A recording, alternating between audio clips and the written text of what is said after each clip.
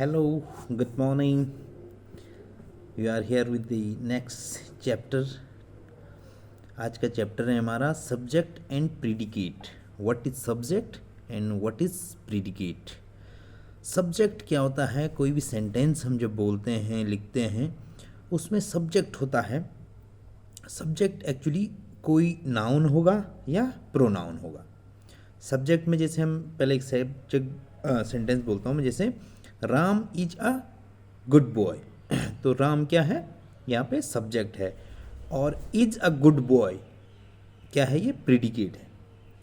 अब सब्जेक्ट की परिभाषा कैसे बोलते हैं हम? द पार्ट, किसी भी सेंटेंस में, the part in a sentence which names the person or thing we are talking about, we are speaking about, is called the subject of the sentence. समझ गए?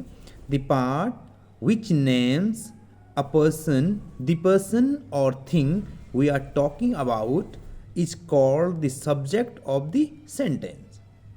Once more, the part which names the person or thing we are talking about is called subject of the sentence. समझ गए?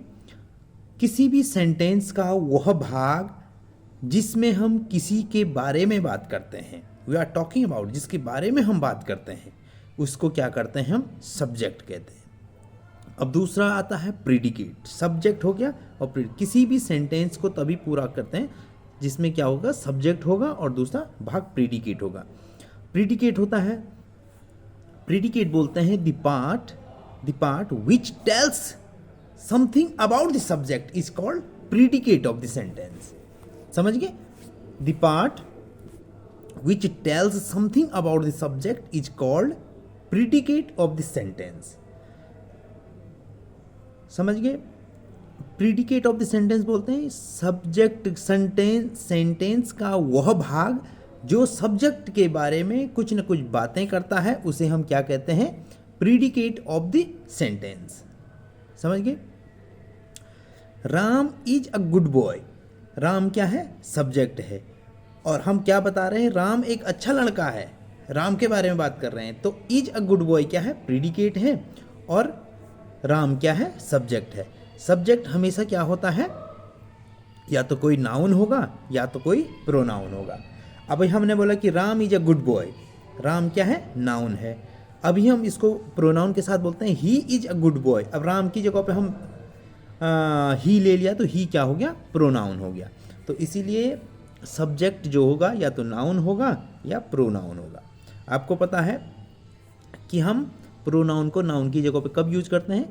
जब बार बार noun की का repetition ना हो, इसलिए हम क्या करते हैं? प्रोनाउन का यूज करते हैं. जैसे हमने बोला Ram is a good boy, Ram speaks English very well. तो बार बार हम राम नहीं बोलेंगे. Ram is a good boy and he speaks English very well. अब हमने राम की जगह पे ही बोल दिया. तो इसी को जब नाउन की बार बार रिपीटिशन न हो, और इसलिए हम प्रोनाउन का यूज करते हैं. ठीक है? तो सब्जेक्ट और प्रीडिकेट एक छोटा सा टॉपिक था आज का. तो सब्जेक्ट आप समझ गए क्या होता है? जिसके बारे में हम बात करते हैं वो सब्जेक्ट है, और सब्जेक्ट के बारे में जो बातें हम कर रहे होते हैं वो प्रीडिकेट होता है. ठीक है? प्रीडिकेट में, प्रीडिकेट का जो भाग होता है उसी में एक ऑब्जेक्ट भी होता है. पूरा तो प्रीडिकेट ही है, लेकिन कई बार लोग कंफ्यूज हो जाते हैं यार कि सब्जेक्ट बोला, प्रीडिकेट बोला, लेकिन ऑब्जेक्ट भी बोलते हैं. ऑब्जेक्ट के बारे में तो बात ही नहीं हुई. तो ऑब्जेक्ट क्या होता है? जैसे Ram is a good boy. ठीक है? तो बॉय क्या है? राम क्या है? Good boy. बॉय क्या है? ऑब्जेक्ट हो गया. Ram speaks English. तो राम स्पीक्स इंग्लिश. इंग्लिश क्या हो गया? ऑब्जेक्ट हो गया. जिसके बारे में क्या काम कर रहा है, सब्जेक्ट क्या काम कर रहा है, उससे पता चलता है. जैसे आई एम ईटिंग नूडल्स. तो आई क्या हो गया? Subject. I am eating noodles, मैं क्या खा रहा हूं? नूडल्स खा रहा हूं. तो नूडल्स क्या हो गया?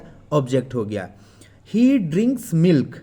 तो मिल्क क्या हो गया? ऑब्जेक्ट हो गया. क्या पी रहा है? मिल्क पी रहा है. He is writing a letter. तो वह एक पत्र लिख रहा है, तो क्या लिख रहा है? पत्र लिख रहा है। तो जो सब्जेक्ट काम कर रहा है किस पे कर रहा है? लेटर पे काम कर रहा है, तो लेटर क्या हो गया? ऑब्जेक्ट हो गया। और सब्जेक्ट हो गया, और सब्जेक्ट के अलावा जो भी पूरा बच जाता है उसको प्रीडिकेट कहते हैं। प्रीडिकेट के अंदर एक भाग होता है मेन, उसको हम ऑब्जेक्ट बोलते हैं। जैसे मैंने बताया कि जिसके बारे में सब्जेक्ट काम कर रहा होता है उसको ऑब्जेक्ट बोलते हैं। ठीक है, तो सब्जेक्ट और प्रीडिकेट का आज का हमारा छोटा सा लेसन था जो आपको समझ में आ गया होगा। एक और इसी में प्रीडिकेट में एक और महत्वपूर्ण बात रह गई थी, जो इम्पेरेटिव सेंटेंसेस होते हैं।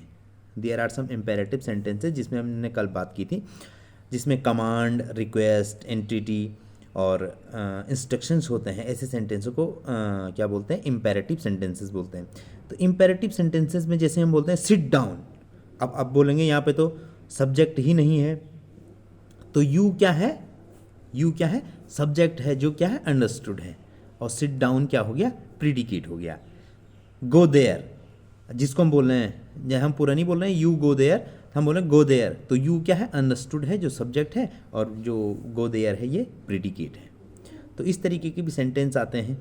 तो आज आप समझ गए होंगे सब्जेक्ट क्या होता है, प्रीडिकेट क्या होता है और ऑब्जेक्ट क्या होता है। तो सब्जेक्ट हो गया part of the sentence which names the person, thing we are talking about, we are speaking about, is called the subject of the sentence. And predicate, predicate किसे कहते हैं?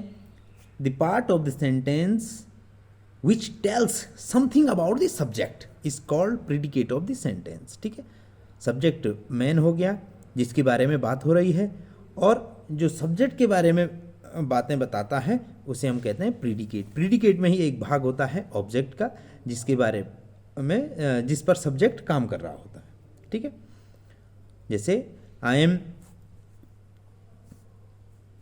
Drinking water, I am drinking water, तो मैं पानी P रहा हूँ। तो पानी, मैं किस पे काम कर रहा हूँ? पानी पे। तो वाटर क्या हो गया? ऑब्जेक्ट हो गया। और आई क्या हो गया? सब्जेक्ट हो गया। और एम ड्रिंकिंग वाटर ये पूरा क्या हो गया? प्रीडिकेट हो गया। तो सब्जेक्ट प्रीडिकेट का एक छोटा सा लेसन था। तो होप आपने आज सब्जेक्ट और प्रीडिकेट को समझा होगा। इसमें आपको आज से कोई भी डाउट नहीं रहेगा कि सब्जेक्ट क्या होता है, प्रीडिकेट क्या होता है और ऑब्जेक्ट क्या होता है। तो मिलते हैं फिर नेक्स्ट वीडियो में। होप आपको वीडियो अच्छा लगा होगा। अगर वीडियो आपको अच्छी लगी है तो वीडियो को लाइक, सब्सक्राइब और शेयर जरूर करें। Okay, thank you for watching this video.